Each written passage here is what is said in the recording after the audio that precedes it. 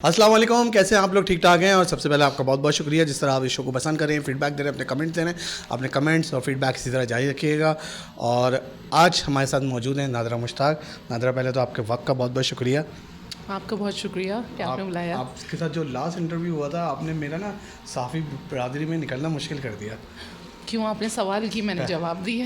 नहीं, जो एक सवाल करा था कि कराची का मीडिया बाबर आजम के ख़िलाफ़ सियासत कर रहा है। वो तो कर रहा है, क्या हाँ कर रहा है, मतलब कर रहा है।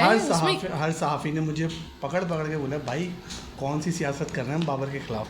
नहीं देखिए, सियासत से मुराद ये आप किसी के पीछे नॉन स्टॉप पड़े रहे हैं, मतलब किसी भी अच्छा कर रहा है तब भी उसको बुरा कह रहे हैं, सही। बुरा कर रहा है तब भी आप तो वो तो है ही बुरा। तो ये गलत है। तो ये नहीं, आपको अनबायस्ड होकर सहाफत करनी चाहिए, ये मैं कहती हूँ। उसमें अभी तक कोई तब्दीली नहीं आई है अभी तक। मेरा नहीं ख्याल है कि अभी भी देखिए, बीच में ठंड हो गई थी क्योंकि वो चले गए थे वहाँ से कैप्टनसी, जो असल चीज़ है। देखिए, कैप्टनसी में लूप होल्स हैं बाबर के, इसमें कोई शक नहीं है, लेकिन वो ग्रेजुअली इम्प्रूव करेंगे। सही है। लेकिन आप नॉन स्टॉप अगर क्रिटिसाइज करते रहे ना, क्रिटिसिज्म भी एक तनकीदी होता है, एक इस्लाही होता है। आप इस्लाह के बजाय आप तनकीद करे जा रहे हैं।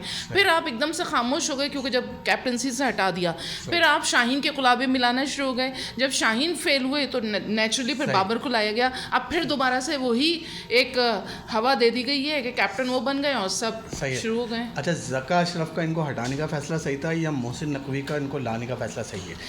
देखिए, मेरे ख्याल से ज़का अशरफ साहब जो हैं वो अपने बेटे के मतलब इंस्ट्रक्शंस पे चल रहे थे। तो उनको जो अपनी एक सूझबूझ थी, हर शख्स की जो लाइफ है उसमें आपके जो स्टेजेस होते हैं, उसमें जो स्टेज है ज़का साहब की, वो काफ़ी हद तक उसमें उनके जो डिसीजन पावर्स हैं वो कम हो गए हैं। तो उन्होंने अपने बेटे को आगे कर दिया था।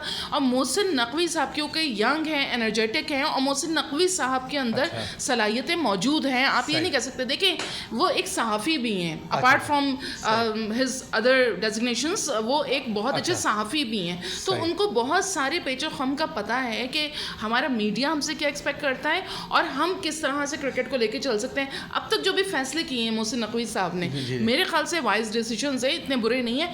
लेकिन जो उन्होंने सिलेक्शन कमेटी बनाई है उसमें मुझे भी मैं आऊँगा सिलेक्शन कमेटी पे। आप कह रहे हैं कुछ सहाफ़ी बाबर आजम के ख़िलाफ़ हैं, कुछ यूट्यूबर भी खिलाफ हैं जो अपने दुकान ही चलाते हैं, जो लोग कहते हैं जो मतलब ये दुकान चलती ही उसको बाबर आजम की, बुरा भला यूट्यूबर की दुकान चलती है, या तो विराट कोहली से या बाबर आजम से चलती है। अच्छा, जो फॉर्मर क्रिकेटर बाबर आजम पे तनकीद कर रहे हैं, ख़ास तौर पे बासित भाई का मैं नाम लूँगा, उन्होंने चैलेंज भी करा है और ये भी कहा कि ये दोस्ती यारी 11 है और ये 11 है, तो वो सही है बात? देखिए, बासित भाई को अब क्यों नज़र आ रहा है? वो तो वीलॉग्स बहुत अरसे से बना रहे हैं, तो अब क्यों बाबर के अंदर उनको खामियां नज़र आ रही हैं? जब वो एशिया कप में गए थे, जब पिछला उन्होंने वर्ल्ड T20 खेला, तो उस वक्त क्यों नहीं बोले थे? उस वक्त तो आपके पास एक चैनल भी था, आप टीवी पे बैठते थे, आप वहाँ पर पूरे वो मनाजरा होता है, सामने एक टीम होती थी, उस वक्त तो कभी भी बासित भाई ने नहीं बोला। बासित भाई ने कहा है, उस वक्त भी कहा, मैंने खुद सुना। मगर उस वक्त उन्होंने ये डिसीजन ले लेते कि मैं वीलॉग्स नहीं बनाऊंगा, तो हम मान लेते। लेकिन अब अगर नहीं लेंगे तो फिर भी मैं समझती हूँ ये मुझे डिसीजन समझ में नहीं आता। नहीं लग रहा कि बाबर आजम पे और ये प्रेशर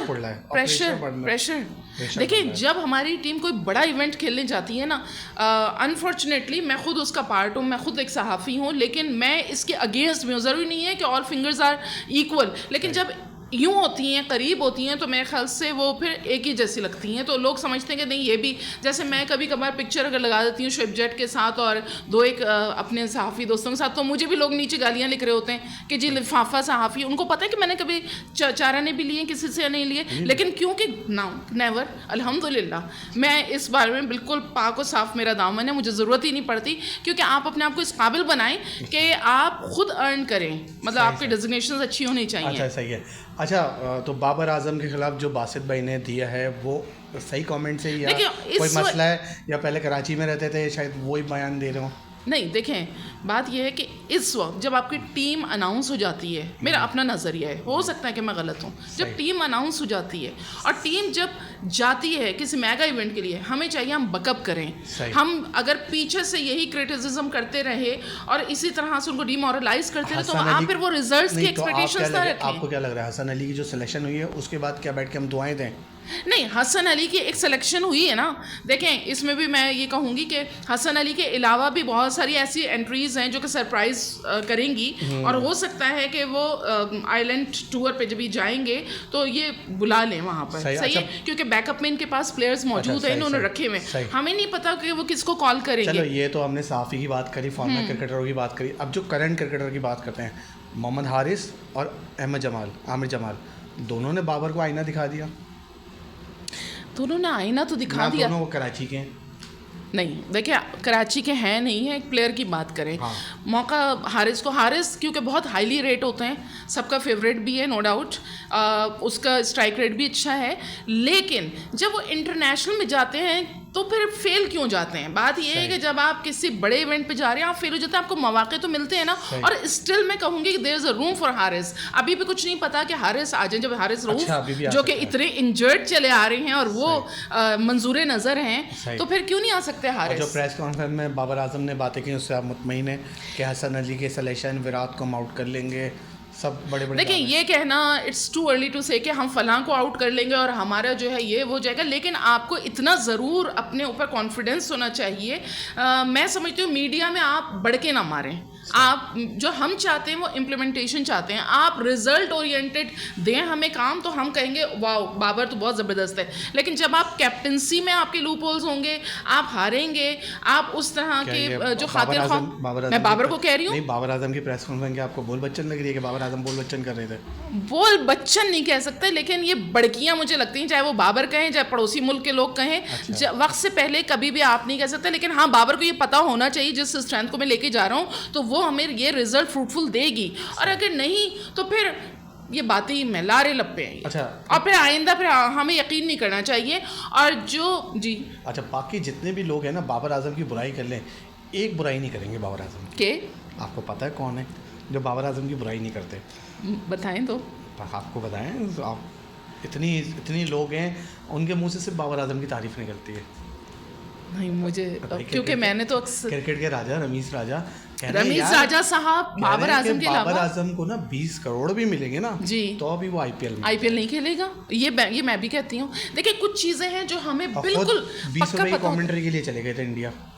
वो कुछ भी हो, देखिए हर शख्स का अपना वो है। हाँ। वो कुछ भी कहें, लेकिन बाबर जो है ना बड़ा पेट्रियाटिक है। मुझे नहीं लगता कि बाबर आईपीएल, अव्वल तो ये वो कहते हैं ना खाम ख्याली कि आईपीएल हमारे प्लेयर्स को बुलाएगा, ऐसा कुछ नहीं होने वाला। ये फजूल की ये स्टेटमेंट्स होते हैं मीडिया में रहने के लिए। अच्छा। रमीज भाई ने अगर ये स्टेटमेंट दिया है तो ये वो इन रहना है ना, और उसके अलावा कुछ नहीं है। ना बाबर जाएगा ना इंडिया बुलाएगा, यानी वो अपना सहारा ले रहे हैं। रमीज राजा बाबर आजम को कैश कर रहे हैं, सभी ही कर रहे हैं। मैं तो यूट्यूब पे, मुझे लोग कहते हैं तुमने यूट्यूब नहीं बनाया। भाई, उसमें सब अपना चूरन बेच रहे हैं हाईलाइट करने के लिए। अच्छा। आप कंट्रोवर्सी क्रिएट करें, ओहो फॉलोअर्स बढ़ जाएंगे, नीचे अच्छा। गालियां जिसने ज्यादा लिखी बोले ओहो मेरा तो रेटिंग बड़ी ऊपर चली गई, इसको तो गालियां पड़ रही हैं। मुझे भले कोई दे, मुझे कोई फर्क नहीं पड़ता है, ठीक है। मैं अपने काम से काम रखती हूँ। आपके चैनल पे तो लोगों ने मुझे ये भी लिखा ये तो सहाफी नहीं है, तो मैंने कहा कोई बात नहीं, इनके कहने से थोड़ी होता है, मैं उनसे सर्टिफिकेट थोड़ी ले रही हूँ। मैंने जितना अपनी जिंदगी में काम किया वो दुनिया को पता है। मुझे आप लोगों की जरूरत नहीं है किसी सहारे की कि आप लोग मुझे सर्टिफिकेट्स देंगे। सही। अच्छा, बाबर आजम की हमने बात करी। उम्मीद है कि T20 वर्ल्ड कप में वो गलतियां नहीं करेंगे जो आगे उन्होंने पिछले वर्ल्ड कप में करी थी। T20 में देखें, हर दफ़ा यही बात होती है कि हम रीबिल्डिंग प्रोसेस में हम दोबारा से गलतियां नहीं दोहराएंगे, लेकिन दोहराते हैं। अब आप ये देखें कि अमेरिका में मेरा ख्याल है जो अमेरिकन टीम बनेगी, मुझे नहीं पता कि उसमें कौन से प्लेयर्स हैं, जो अभी टीम वहाँ बनेगी, अगर उसमें हमारे पाकिस्तानी कुछ प्लेयर्स जो कि सेटल्ड हो चुके हैं वहाँ पर अमेरिका में, तो मेरे ख्याल से वो बहुत अच्छी परफॉर्मेंस दे सकते हैं। क्यों? क्योंकि वहाँ खेल रहे हैं। अच्छा, अमेरिका में पिचेस का भी मसला हो रहा है, वहाँ पर स्टेडियम्स नहीं है जी। तो इन तमाम चीज़ों को भी अपने जहन में रखना होगा। आप लाख भी प्रैक्टिस करें, लेकिन वहाँ जाके आपको सिनेरियो बिल्कुल डिफरेंट नजर आएगा। अच्छा, जो आपने स्क्वाड की बात करी, जो स्क्वाड है खासतौर पे मोहम्मद आमिर की जो वापसी हुई है, इसकी वापसी कहाँ हुई है? अभी तो बेचारे को वीज़ा ही नहीं मिला आयरलैंड की तरफ से। टीम में मोहसिन नकवी जिस तरह उनको लेकर आए, जिस तरह वसीम को लेकर आए, जिस तरह जी बिल्कुल वो लेकर तो आए हैं। और आपने न्यूजीलैंड के अगेंस्ट भी देखा कि वो उस तरह के तो नहीं थे। वीज़ा का मसला क्या है इनका, आमिर का? देखिए अभी तो मेरे जो इत्तलात हैं कि उनका वीज़ा रिजेक्ट हो गया है आयरलैंड की तरफ से, और ये समझ नहीं आता कि स्पॉट फिक्सिंग को लेके इतने ज़्यादा वो लोग रिलक्टेंट हो रहे हैं। तो मेरा ख्याल है कि इस बीच में भी आमिर वहाँ जाके खेल चुके हैं। हाँ, एक मेरे ख्याल से कुछ साल पहले उन्होंने खेला है वहाँ पर। तो फिर अब क्या मसला है, वर्ल्ड कप में भी आ सकते हैं इशू। अब अगर आप इस बात से खाइफ हो रहे हैं कि आमिर जो है वो रिदम चाहिए उसको, भाई आपकी सरजमीन पे खेलेगा, फिर इंग्लैंड पे खेलेगा, उसको रिदम चाहिए, फिर वो डेंजरस भी हो सकता है वर्ल्ड कप के लिए। अच्छा, तो वो कोई नहीं चाह रहा है, और हम आयरलैंड को हल्का लें, ये हमारी खामख्याली है। नहीं, वो 2007 में हम देख चुके हैं यार। नहीं, आयरलैंड हल्की टीम नहीं है, और डे बाय डे वो तो ग्रुप कर रही वो है। हल्के नहीं है, हम भी भारी नहीं है, असल में मसला ये है। हम जीतेंगे तो कोई एहसान नहीं होगा, वो हमें हराएंगे तो बहुत बड़ा एहसान होगा। रमीज भाई ने कहा था कि मोहम्मद आमिर की वापसी नहीं होनी चाहिए, और मेरे शो में कासिम उमर भी थे, उन्होंने भी कहा मोहम्मद आमिर की क्रिकेट में वापसी नहीं होनी चाहिए थी। बिल्कुल नहीं होनी चाहिए, मैं भी यही कहती हूँ।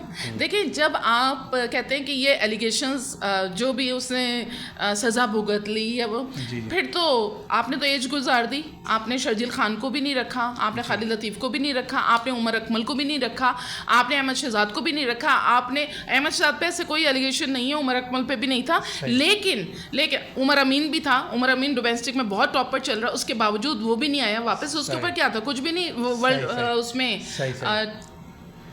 2010 में उमर अमीन के सिर्फ एक पिक्चर ही आई थी ना, जैकेट के अंदर से, वो हो सकता है वॉलेट निकाल रहा हो या दे रहा हो किसी को। जो उस्मान खान का जो डिसीजन है यूएई छोड़ के पाकिस्तान, मुझे लगता है उसने बहुत बड़ी गलती की है, क्योंकि जब आप पाकिस्तान के प्लेयर्स का देख लेते हैं कि भाई जो अच्छे हैं वो बैठे हुए हैं, तो फिर आपने क्यों अपने पैरों पे कुल्हाड़ी मारी है। देखें, ब्लेजर पहनना नो डाउट एक ऑनर होता है, लेकिन उस ऑनर के लिए आपने इतनी बड़ी सेक्रीफाइस किया, और उसके ऊपर कभी कभार मुझे लगता है वो भी पछताते ही होंगे।